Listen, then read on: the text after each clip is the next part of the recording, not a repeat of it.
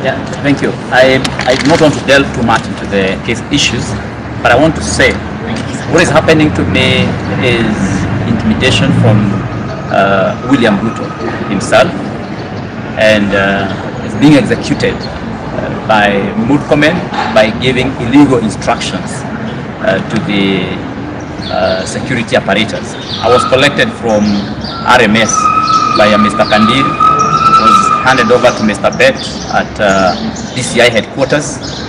Mr. Bet devolved me to Mr. Mutai in another office in DCI headquarters.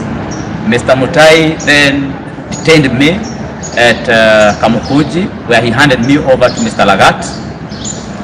And you can clearly see that the whole system has been made to, has been enabled in such a way that it is used to intimidate, deliberately so, any political leaders who are against William Ruto and his rogue government.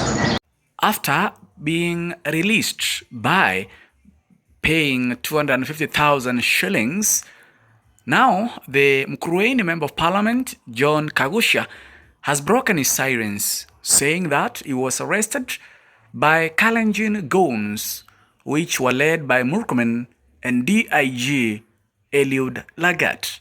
According to Mkurueni Member of Parliament, Kagushia, he has said that there were no mistakes that he made because many leaders from the government side, led by Aaron Jeriot, had already made the same mistakes. They already uttered the same words. He has also given an example of Eden Duale, who called the whole Mount Kenya people hyenas, and nothing has happened to him. According to Mkurueni Member of Parliament, John Kagushia, he's saying his sentiments were recorded in a very bad situation or angle. He's saying the context of what he said was outtaken. It didn't mean what Ruto and his allies, read by Dennis Itome, were explaining. Only said the people of the mountain have made their mind on whom they will vote for in 2027. It did not threaten any part or any side politically.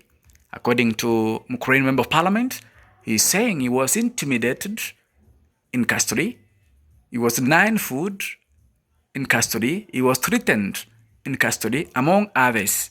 And those who are doing so, they are people from Rift Valley whom he has mentioned.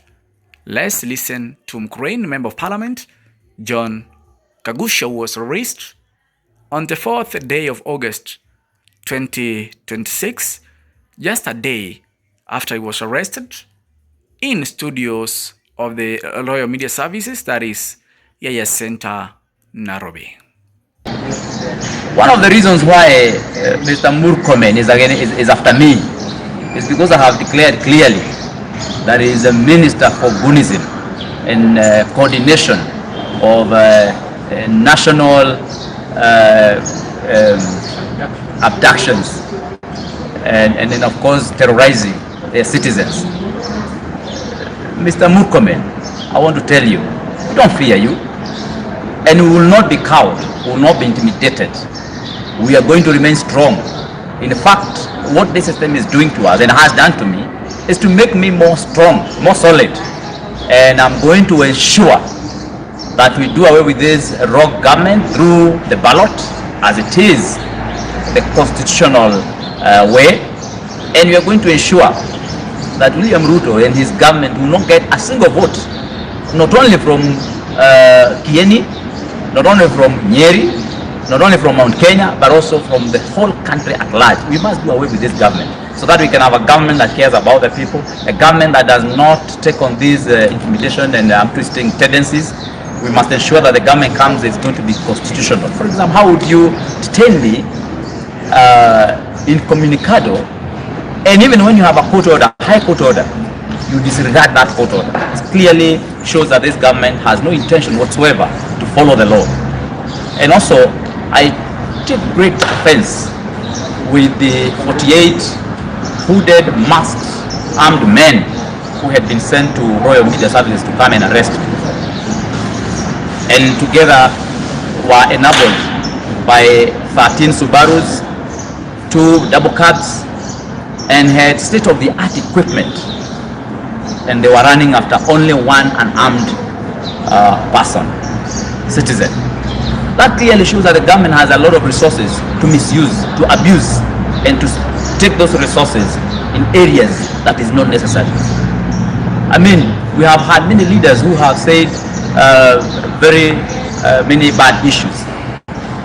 I know, for example, the DCI, they have spent a lot of time trying to study my remarks to see how they can ethnicise those remarks, but they have not been able to. They tried charging me on issues to do with the Elections Offences Act, Section 10. That is actually what is on the OP until now.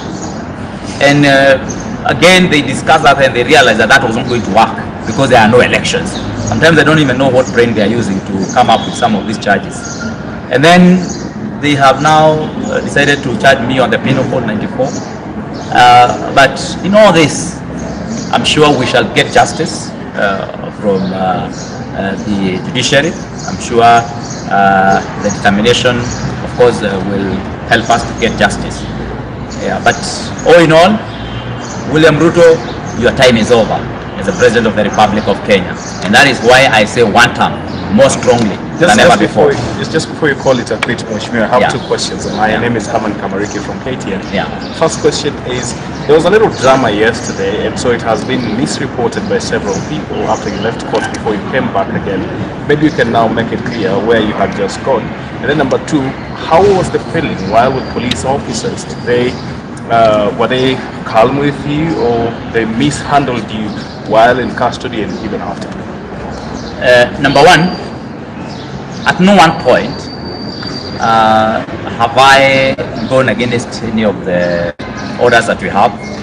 As you all know, I have 2 high court orders. One of it releasing me on a cash bill of 100,000, police cash bill of 100,000 shillings, which the police refused to take, so that they don't obey that order.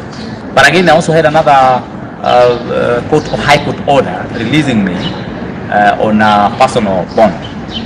And really, that tells you that there are court orders that had released me. It's only that the police officers were holding me. And when I was here, the police here, in obedience of those court orders, allowed me to walk out. For all of you who are here, I did not run away. I did not escape.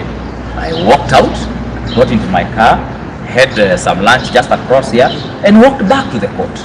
Yeah, because I have a court order, I have a high court order that has given me that freedom. And when I was here in the court, again, the magistrate was also able to give the bond terms. And again, I walked back home. So really, that is neither here nor there. We are people who obey the law, and we clearly submit ourselves to the constitution of our republic. As to the issue of the police officers, I want to say what I find is that police officers who are in uniform are civil people, and generally I find that they do not want to contravene the law, especially when they don't have such instructions. So the officers that I dealt with were kind to me, nobody mistreated me, and nobody mishandled me.